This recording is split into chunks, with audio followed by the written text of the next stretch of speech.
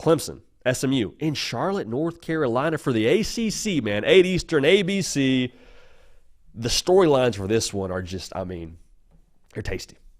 They're tasty. Caden Smith and I sit down before every show and just kind of talk through different things we want to hit on throughout the show. During our game previews, we hit on the storylines, and Caden brought the juice here, man. Just like pinpointing what we want to hit on.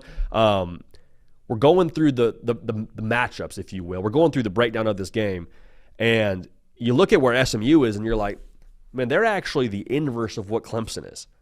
Because what is Clemson? For the better part of the last few years, the big dog in the conference. Dabo Swinney's got, count them, 8 ACC titles.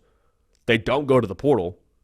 Like Clemson, I don't think it's a stretch to say they are the team in the conference. I know Florida State won the deal last year, but like for the most part, we can all pretty much agree this has been Dabo Swinney's conference really for the better part of recent history.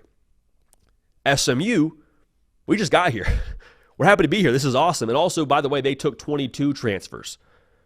Clemson famously doesn't really use the portal. SMU is trying to break into this whole thing. And so I think all the pressure on Clemson is fascinating, man, because if Dabo Swinney goes out and beats SMU, wins the ACC, he can look dead in the camera where I don't know who's actually calling this game on the sideline, but he can have that conversation with whoever it is from the ABC crew and look dead in the camera and say, how do you like me now? Portal this, portal that, portal wherever you want to go. We're ACC champs, going to the college football playoff. How do you like me now? That could be the conversation. And notice now, as Clemson has success, the portal discussion, or the portal gripes rather, that they don't use the portal kind of turns down a little bit. I say this a lot about Clemson, but I'll reuse it now for those of y'all that are new to the show. Clemson's Chick-fil-A, man. They do things their own way. They're closed on Sunday, and you don't have an issue with it as long as they give you the best chicken sandwich on the face of the planet. Clemson, you don't care that they're closed on Sundays and don't use the portal as long as they give you ACC titles and compete for national titles. Full stop. So they have a chance now to really drop the mic on this whole situation. Now, on the flip side, can you imagine the fallout if Clemson loses to a team their first year in the conference that is built through the portal and you took no transfers for the most part? Like, the explosion of narratives and opinions would be running rampant. I mean, there would be, YouTube would be filled up with a lot of Dabo Swinney videos, and we'd probably take part in that. Here's my question in this game, man. Is SMU really like that up front? Like offensively and defensively? Because they've been awesome throughout the course of the year. They're allowing less than 3 yards of carry defensively. They're running it for 4 yards of carry offensively. But you look at their schedule, you're like, okay, I don't see anyone necessarily the caliber of a Clemson right now.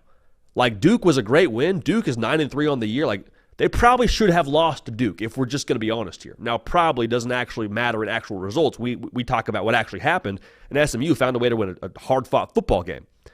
But you do wonder a little bit, okay, how does that translate when you play a team like Clemson? Because I was watching Clemson-South Carolina game, man, and like Lenore Sellers is a freak show. He broke 18 tackles, and that gets all the discussion in the world, and it should. But we sort of breeze over the fact that like Lenore Sellers is a transformer, and he had to break 18 tackles against Clemson. How many of those were in the backfield? Felt like a lot of them. If Clemson's winning that way up front and getting hands on a quarterback, I love Kevin Jennings. I don't know that he's doing what Lenore Sellers did to this Clemson defense. So that leads me to my next point of like Rhett Lashlee. This is your Mona Lisa. He is one of, I think, the best play callers in college football, very quietly. And I was watching a clinic of his getting ready for this segment, and he speaks a lot about giving his quarterback answers, giving him options. Like, how many times did I set Kevin Jennings up for success when it came to what I called in the football game? So they're going to use tempo, yes, 100%, but I think a lot of the time you're going to see Kevin Jennings go out there and have the opportunity to make the right decision. So when it comes to making the right decision, it's pretty important to have time to make the right decision. So I think that the way that Clemson plays on the back end especially is going to be really fascinating.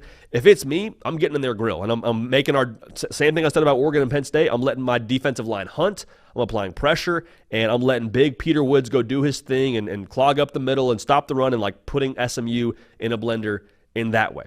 That's all nice to do in theory. Does it happen that way in reality?